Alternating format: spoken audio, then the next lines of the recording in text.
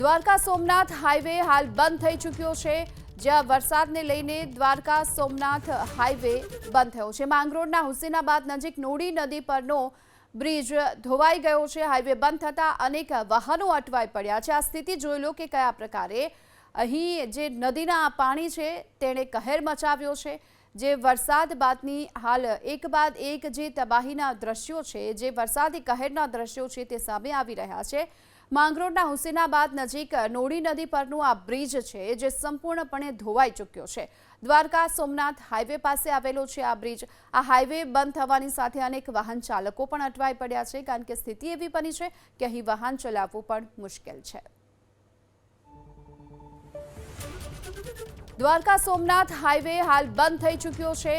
જ્યાં વરસાદને લઈને દ્વારકા સોમનાથ હાઈવે બંધ થયો છે। માંગરોળના હુસેનાબાદ નજીક નોડી નદી પરનો બ્રિજ ધોવાઈ ગયો છે। હાઈવે બંધ થતા અનેક વાહનો અટવાઈ પડ્યા છે। આ સ્થિતિ જોઈ લો કે કયા પ્રકારે અહીં જે નદીના પાણી છે તેણે કહેર મચાવ્યો છે।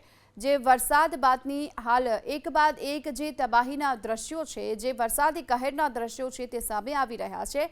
માંગરોળના હુસેનાબાદ નજીક નોડી નદી પરનું આ બ્રિજ છે જે સંપૂર્ણપણે ધોવાઈ ચૂક્યો છે। દ્વારકા સોમનાથ હાઈવે પાસે આવેલો છે આ બ્રિજ। આ હાઈવે બંધ થવાની સાથે અનેક વાહન ચાલકો પણ અટવાઈ પડ્યા છે, કારણ કે સ્થિતિ એવી બની છે કે અહીં વાહન ચલાવવું પણ મુશ્કેલ છે।